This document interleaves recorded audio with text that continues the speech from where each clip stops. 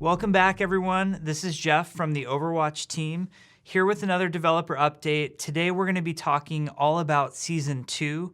Now there's a lot of information with Season 2, so I'm not going to cover every single detail here, but you can rest assured that we'll have more information not only in the patch notes, but as we get closer to launch of Season 2 and coming off of the PTR, we'll have even more information available to you. So let's start with the things that I think matter the most to you guys. First off, skill rating. What we learned with Season 1 was that not every aspect of skill rating felt really good to most players. So one thing that we think we got wrong in Season 1 is that we chose a scale of 1 to 100 to represent skill rating. And this was wrong for a couple of reasons. One of the reasons was that when you went up or down, sometimes you went up or down a fraction of an amount. And it wasn't always clear to you how much you were going up or down or why you were going up and down. So that felt off and weird to people. The other thing was that the number itself is sort of ingrained in us. Like, for example, in our system, a person with a 60 skill rating is actually an amazing Overwatch player. If you had 60 skill rating, you were in the top 6% of all Overwatch players, but it didn't feel like that. We see that 60, and a lot of us go back to our old school days and go, oh, what did I get, a D on this? 60 is terrible, but in fact, 60 was an amazing skill rating. So what we're doing for Season 2 is we're putting the scale on a 1 to 5,000 scale. So that way there will be no more fractional updates. You're not going to go up or down, half or a quarter of a skill rating anymore. You'll go up whole numbers from now on. We're also just trying to take the focus a little bit away from skill rating. We want skill rating to be that gauge of where you're at as a player. How am I performing right now on any given night or during any given play session, but we don't want that number to be the thing that you associate with you as a competitive player more than anything else. So right now in Season 1, what we're seeing is a lot of people saying things like, oh, I'm a 52 skill rating player. I lost my rating last night. I dropped to 51. I was really upset. There's almost this association of a player being a certain number. And we kind of want to disassociate that a little bit. We want you to realize that the skill rating is naturally going to go up or down as you're playing competitive matches. It's a very normal thing. The system is calibrating towards, where you are as a player. So what we've done is we've created tiers around the different skill ratings. And I'm not going to list them all out. There are 7 of them. They have names like bronze, silver, gold, etc. They go up from there. And roughly they cover about 500 skill ratings. So for example, gold goes from 2,000 to 2,499, would represent a gold player. And what we want to do with the new system is try to focus you more on, I'm a gold player. I'm on average playing at a gold skill level. And sometimes my skill rating goes up or down, but I generally think of myself as a gold player. Or when I see a silver player or a platinum player above me, I have a general idea of what their skill level is or how they should be playing the game. The cool part of the tiers that we're going to do is at certain tiers, we're not going to let you drop out of that tier. Except for the 2 highest tiers, which are Master and Grandmaster. All of the other tiers, once you achieve that tier for the season, you will remain in that tier for the season, even if your skill rating drops below where that tier, what you initially had to do to enter that tier. We feel like this will feel better for players. They'll know that they're a gold player, and if their skill rating dropped into that silver range, they'll get it back after a couple nights, or maybe they just need a week to get it back or whatever. But we don't want to have that debilitating feeling that players have when they lose something in the game. Right now, that 52 skill rating player feels just terrible when they drop down to 51. We want to get rid of that feeling. And then you guys saw with the end of season rewards, we always do these based on high water marks. So your end of season rewards for competitive points will all be based on what tier you reached, however high you got in the tiers, the highest watermark. So you should feel pretty good, even though you're playing maybe at a silver skill rating for the last week of the season. If you ever got into gold, you will get the reward for gold, which should feel much better. Speaking of competitive points, for reasons I'm going to get into soon, we've multiplied these all by 10, meaning you will get 10 times as many. If you have any banked right now, we're going to multiply those by 10. But the golden guns also cost 10 more. And I'll get into why we're doing that in a little bit. So there's a lot of changes coming to the formats and the way that the game is played that are worth talking about. This is stuff based on your guys' feedback that we were listening to. We wanted to adjust how competitive felt in general. The number one piece of feedback that we received is that players don't like the coin toss. We don't like the coin toss either. The coin toss is going away. In fact, all of sudden death is going away. So what does that mean? Well, first of all, for the control maps like Nepal, there is no sudden death. It's still, 3 out of 5. You'll play your matches. There will always be a winner. For the assault modes, which is maps like Volskaya Industries or Hanamura, we're still using our time bank system that we have, which means you have a set amount of time to play the match. If your team finishes very quickly, then when the next round happens, you have that remaining time to use.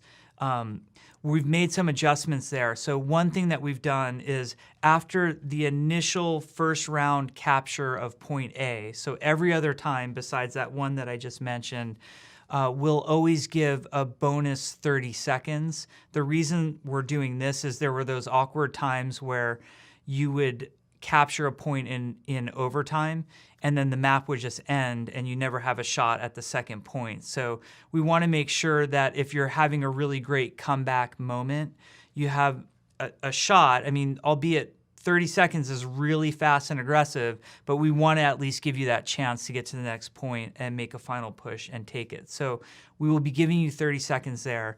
On the flip side, where we used to give you 2 minutes of bonus time when a match would run out and you'd be below 2 minutes, let's say you had 30 seconds left when your team took it. We used to bump you up to 2 minutes.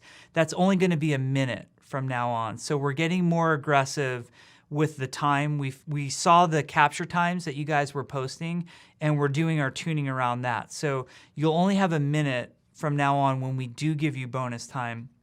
The other thing we're trying to do with the bonus time is make it as fair as possible. So if we give one team bonus time because they didn't finish within the allotted time of the match, we will give that bonus time to the other team. Even if the other team has 6 minutes left and the first team has 30 seconds left, we'll bump the one team up to a minute, and then we'll give that extra 30 seconds to the team that had 6 minutes. We know that it's time-based, so it needs to be fair to both teams for it to be time-based. So that's what's coming to Assault.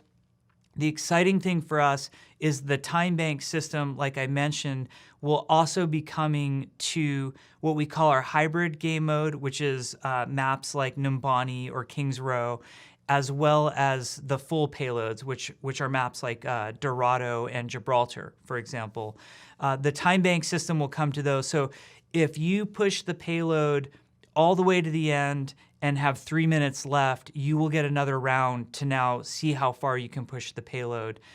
Ties should be very, very rare on the hybrid maps and the payloads. On the payloads, the only times that a tie is realistically going to happen is if nobody pushes the cart at all, either team, which seems exceedingly rare. And then on hybrids, ties will only happen if nobody initially captures the payload. So, for example, on Kings Row, if nobody takes point A on either team, that would result in a tie. We know that ties are not entirely satisfying for players, but what we've learned over the months and months of iteration on competitive mode is that sudden death is not satisfying for players. It always feels like one team kind of got the bum end of the deal. So we want to make sure that we have ties instead of sudden death, but ties are very, very rare.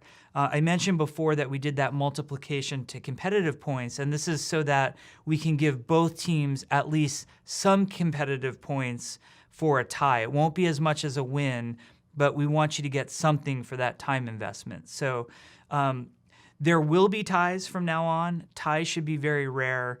But we think overall the time bank system coming to Escort and Payload will make those modes way more exciting and way more competitive. One concern that players had was that the whole competitive experience, like an entire match, might be too much time. So we looked for a lot of opportunities.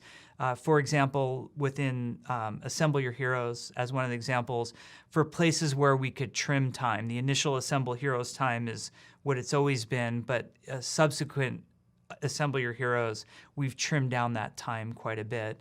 I just want to address a couple other concerns that we'll be hitting with Season 2. We had some concerns about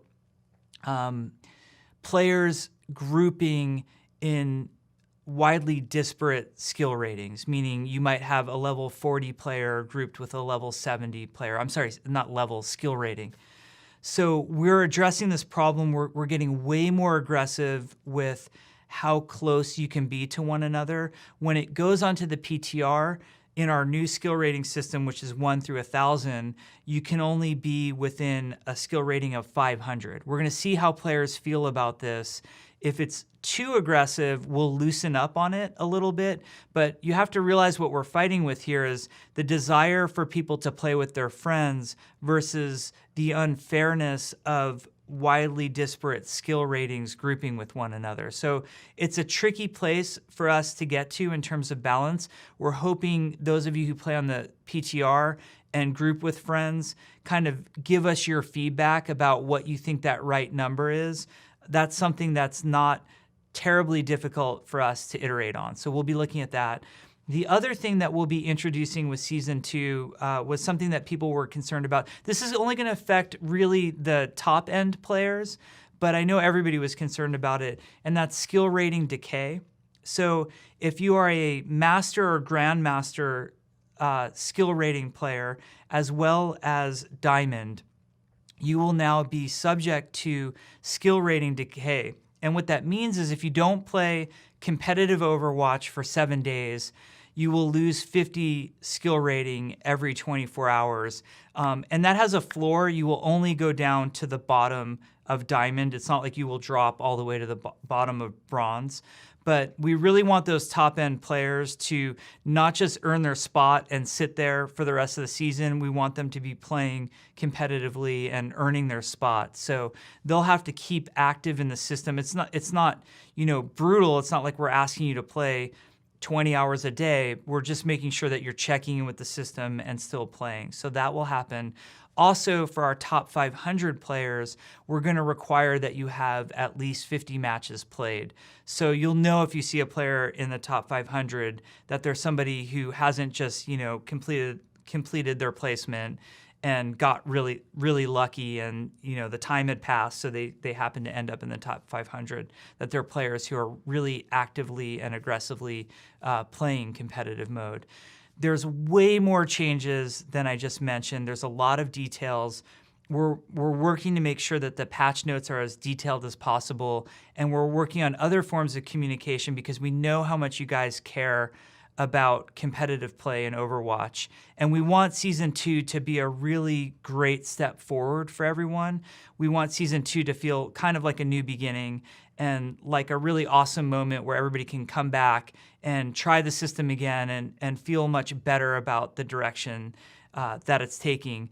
We have a good amount of time on the PTR, so we're excited to hear your feedback. There are a lot of things that we can change while we're on the PTR, so we'll be listening to that feedback. We'll be playing ourselves and getting a feel for it.